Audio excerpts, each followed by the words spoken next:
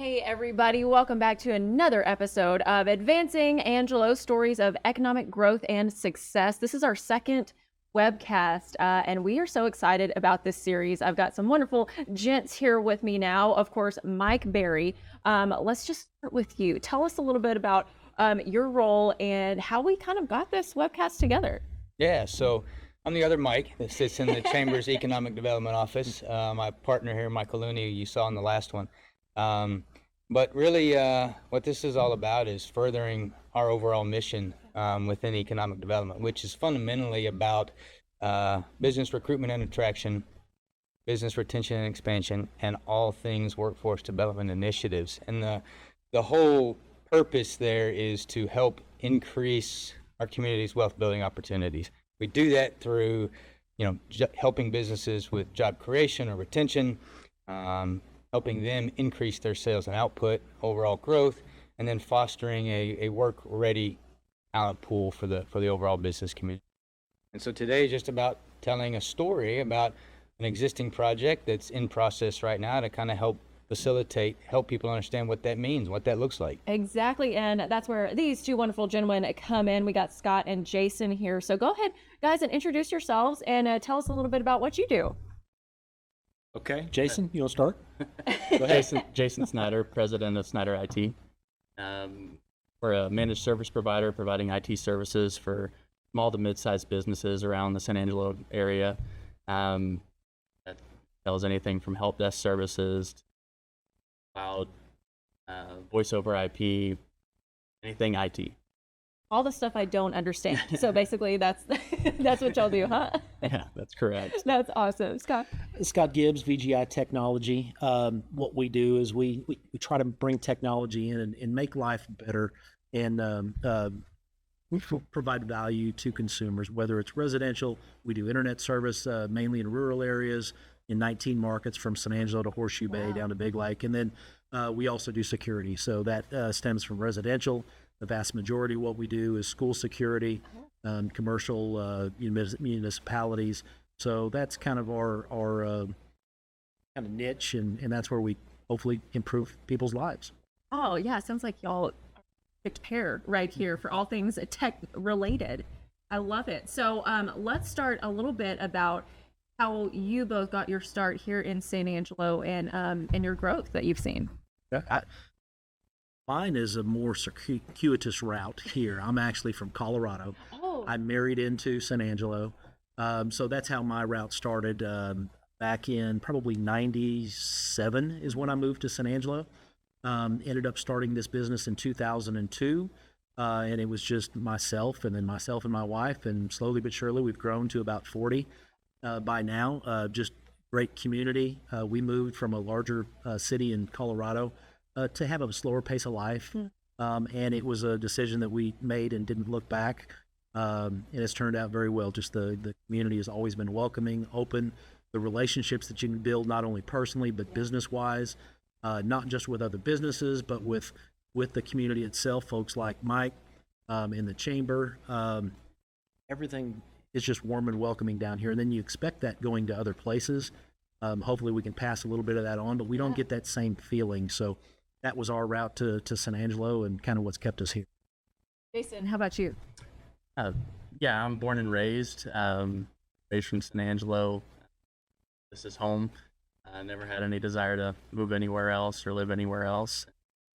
I started the company in 2006. It was really just me for about the first 4 or 5 years while I was in college. Wow. Incorporated in 2011. That's when I started taking off and hiring employees for a thing. And now we're at 34 employees. That's amazing. So from the business standpoint, from both of you, what are some of the benefits of doing business here in San Angelo and starting and creating and growing a business here? I think for us anyway, it goes back to relationships. Everything with us is relationship driven, whether it's with our own people and employees, but it's, to me, the ease and the openness of creating those relationships in the community, in businesses, with folks like Mike, as I was saying, in the chamber, economic development. Of course, now Jason and I, as you'll hear, we're kind of about to take that journey in working with the city. So we can't speak on that just yet in terms of permitting and that whole process. But everything else is people are open, people are willing, even if you don't get the answer that you want. Yeah. There is a warm relationship there, and so to me, it all boils down to relationships, and that's kind of the warmth of San Angelo, West Texas in general, and one of the reasons why love it here. I love that. Well said, Jason. Agree with all that for sure. And for me, I mean, it's probably mostly the people. I mean, and it's also it's a mid-sized town, but with still a small town feel. I mean, you can get pretty much anywhere 5 or 10 minutes. The people, love that. for sure. Yeah, exactly. Yeah, our definition of traffic is an accident that takes an extra 30 seconds or so. But that's go to a big town and you run into traffic, you always looking forward to getting back to home for sure. Yeah. But the people for sure. I mean, for us, it's really hard to find IT experience in town that also has a good personality. So we hire mostly off of personality and then train the IT. I'd say that's probably where we had the most success. And That's amazing. Mike, from your standpoint, I mean, is that what it's like on your end? Yeah, so economic development is definitely a relationship-based function. We thrive off of the relationships we make to help connect these businesses with the resources they need. But also from our perspective, San Angelo is what you would consider a tertiary market, right? It's kind of that third priority in terms of investment for business. Third to your primary and secondary markets, which might be some of your bigger metro areas or some of those areas that benefit from feeding off a larger metro area. So we're somewhat of an independent economy. And while we have challenges, things like you may see limited access to capital or maybe a less developed infrastructure or a smaller talent pool, there's a lot of good things that tertiary markets offer to investors, to business folks. Things like we can offer lower competition than some of those larger markets, right? That may be overly saturated at some point. Oftentimes you'll see, like in our area, a lower cost of doing business. Some of those elements that drive that. In addition to, there's a lot of potential for growth. So a lot of investors, a lot of businesses focus on diversifying their portfolio by looking at tertiary markets like San Angelo for all of those reasons. Wow. Oh, that's so interesting. And that's where y'all come in and you guide them through everything. Exactly. So part of our business here that we do is our job is to market the business assets to entities and businesses, not just outside and attract them to come in, but existing businesses to help encourage them to expand or at least not leave, right? To stay here and continue based off of what the community has to offer. That's fantastic. Okay, so we got to talk about something that's gotten some buzz lately, the technology tour. Can y'all explain what that is? What's going on? Thank you for calling it by the new name, by the way. We're working hard to change that. So hopefully our goal is that people know it from this point forward, since it's going to be on air, as the Technology Tower and not the previous name. So it's the Technology Tower, 6-story building on the loop, right? Jason gets all the credit for starting this. Credit or the blame, I'm not sure which, but you into it. we have both been struggling for space. Yeah. He's got folks, I think, working remote from home now because he doesn't have the office space. We ended up buying a building across the street a few years ago to accommodate our needs, and that's not real functional. So that's one thing that being a tertiary market, we don't just have a plethora and we're not overrun by available office space. So we looked at a lot of options, both looked into building our own offices, which is in this day and age is not a very inexpensive endeavor. So Jason actually scoped this out and contacted me with a proposal because it was something that the building would be too big for him and his needs alone. So it was a quick look and an obvious. I think we both had some vision. We were able to see what was there and see beyond what was there into what it could be for both of us and the community as well. And it just made sense. So, and Jason and I have known Jason for a long time. I think we're very compatible personality-wise. I know that one of the things that I think make us creates a bond is the cultures we both try to create within our businesses. Yeah. Being a small business here, and I think that goes back to the strength of San Angelo. Is we focus a lot on, Jason said, on personality, on the individual, on the character, and that just speaks to me as company culture, which is, I think, harder to get in a market like Dallas or Houston, and have that as a sole focus. So that is one of the things that is a benefit to us, because the workforce isn't completely experienced, but it's a lot easier to train somebody if they buy into that culture and they have that personality and that character to begin with. So from my perspective, this is kind of all Jason's fault. He's blaming you, but Jason. I think, again, it goes to, we both were able to have the vision to see past what it is. And if you look right now, it's almost harder because it's just a shell now. We've completed the demolition of it. But I think we both have that vision of what it is going to be, not just for us, but for the community and the city as well.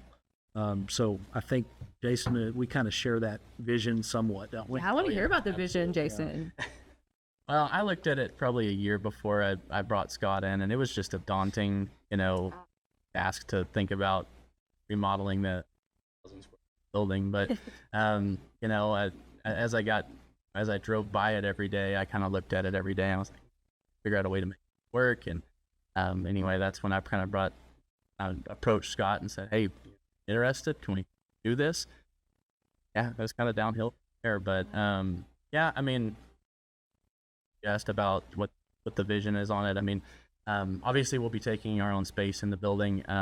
We'll each take a floor, leasing out the remainder available space in the building for small and medium business. Probably some multi-tenant in there. We might see some larger in there as well. There's going to be some cool amenities in the building that you really just don't find in the market. Be a gym on the first floor, training room, a conference room that kind of any tenant in the building can use. Yeah. That's awesome. Okay, so I'm interested to hear y'all's thoughts. When you have a vision like this, an idea like this, what is it like? Do you ever kind of get a little wary when you say it out loud to someone else? Like when y'all got together and talked about this? Or is that just the entrepreneur brain? You're like, oh, let's do it.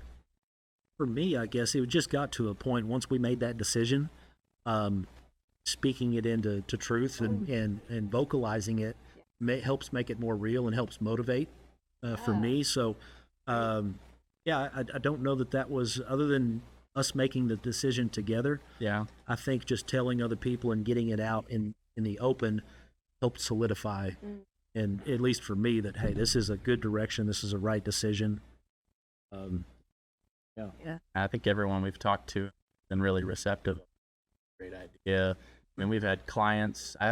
We've got quite a long list of people that are interested in when it's done, and a lot of them are clients struggling for expansion space in their existing buildings and that sort of.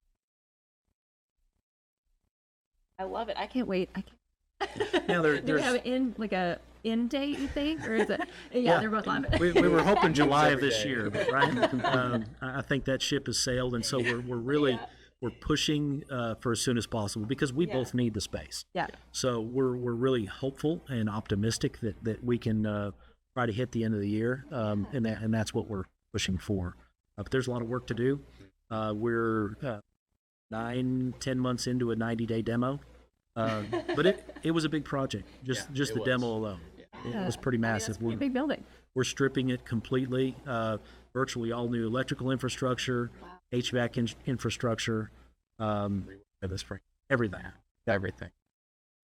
Bare bones now. Getting it ready to go. I love it. Well, Mike, what are your thoughts about all of this? Seeing it kind of come to fruition. Well, this is the type of project that we love to see, and the reason is we talk a lot about the attraction and relocation of businesses into the market because those grab the headlines. That's what everybody's interested about. But when you talk about existing businesses, homegrown businesses, and helping them expand, a lot of people don't know that in the economic development perspective, 80% of your job creation is going to happen within a community from your existing businesses. Wow. right? And it's that concept of, you want to dance with the one that brought you, right? Because anytime you start bringing in businesses and start throwing, assistance dollars at them, everybody's wondering, well, I've been here for 20, 30 years. What about me? How come, you haven't thought about me? And so it's a balancing act, right? We want to bring in businesses from the outside that don't cannibalize our existing businesses and their workforce. We want businesses that come in that help beef up our existing markets, and maybe their customers, maybe their suppliers, what have you.